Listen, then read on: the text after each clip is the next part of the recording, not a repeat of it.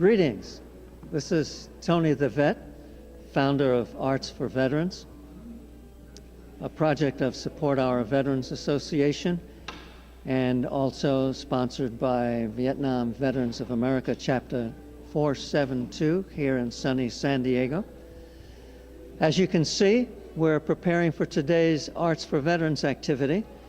This is a new arts initiative, and this is our inaugural event here at the Veterans Museum and Memorial Center.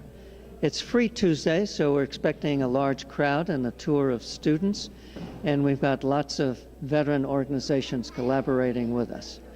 So, enjoy your camera tour. Hello, my name is Erica, and I'm with the Vietnam Veterans Memorial Fund. I work with the Vietnam Veterans Memorial Fund, which is the group in 1982 that presented Maya Lin's Vietnam Veterans Memorial in Washington, D.C. to the U.S. Since 1982, VVMF has worked on maintaining and caring for the wall, and in 2003 we received congressional approval to start our next project, which is the Education Center at the Wall, which will display a variety of objects left at the wall, faces of the men and women inscribed upon the wall, and a tribute to veterans of all generations. You might have seen some of our public service announcements featuring Tom Selleck and General Colin Powell, who are among our supporters. The reason I'm in San Diego this week is because San Diego is hosting our traveling 1/2 scale replica of the Vietnam Veterans Memorial, The Wall That Heals. It features a 1/2 scale replica of the wall, everything from the size of the panels to the size of the print, and also features a traveling mobile museum featuring some of the artifacts left at the wall, as well as an information center where visitors can look up names on the wall, family members, and find out a little bit of information about them. The wall travels to about 20-25 cities a year, and we've been to over 350 cities across the United States. It brings the wall to a veterans community. Some folks cannot make the journey all the way to Washington, D.C., or aren't ready to make that journey. This offers the wall in a community atmosphere with your family and your friends. And we receive a large number of veterans at every stop. We are here to support the veterans of each and every community that we visit, and we ask for your support too. One of the programs that we have at The Wall That Heals is our campaign to find the photographs of every name on that wall, all 58,286 men and women. If you have a photo of a friend, a family member, or just someone in your community, we ask that you would please submit it to www.vvmf.org.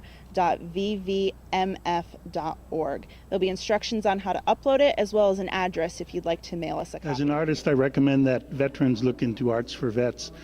Anyone can give you a great illustration which accurately depicts the subject matter, but a true work of art pulls you in emotionally, and that's what I'm supposed to do. I'm deeply honored to have done the murals here. There's a total of 7, including the ceiling. I felt it was a great honor to do the murals here. The whole purpose of the murals, of course, I've mentioned before, is to work with and complement the exquisite stained glass windows. Also, I feel anyone can do a great illustration, but a work of art will pull you in emotionally. One thing I love to do is to take little known incidents that would be lost to history and bring them to the forefront by working with authors and producing work that's not only stunning and vivid and outstanding and accurate, but deeply moving. I'm a full-time marine and aviation artist now, and it's the one thing that basically keeps me going. I'm also a proud veteran. I served in the U.S. Navy from 72 to 76. I was extended twice for the convenience of the Army. And I feel art is not only very therapeutic, but it also gives you a real purpose. There's nothing worse than wasting one's time. I'm also working with Tony the Vet for Arts for Vets.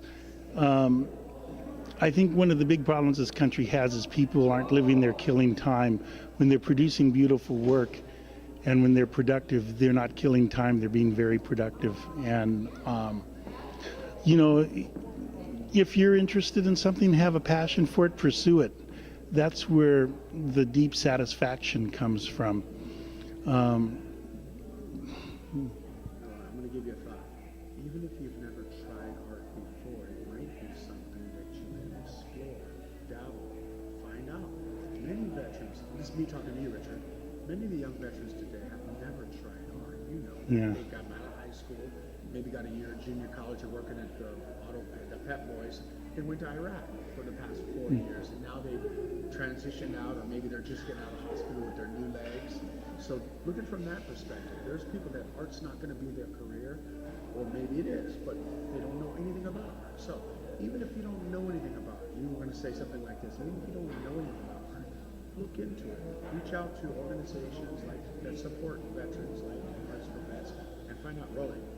The creative process is quite fascinating. It doesn't matter if you're into photography or the crafts. The simple fact of the matter is your passion comes forth in what you do. And if you're sitting home bored stiff trying to figure out what to do with yourself, I would highly suggest that you find a pathway towards being creative, because once you start this up, everything will be just amazing. Okay, my name is Elias Rene Rodriguez. I'm from Puerto Rico, Puerto Rican, Italian, and Portuguese descendant. Went from Puerto Rico to New York when I was 8 years old, and I lived in New York for 11 years, and I joined the Air Force. And I'm a Vietnam veteran. And then after the war, I came out. I went to pilot training school, advanced pilot training school, engineering, licensed mechanic, and then I worked for Western Airlines for 15 years. The reason I'm here today is to support the cause of veterans and their families. I brought some information to inspire and encourage kids to serve and love their country, and to respect their parents and their teachers.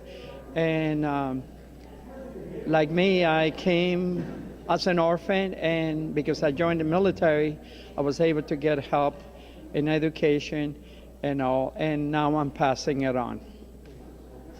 And God bless America.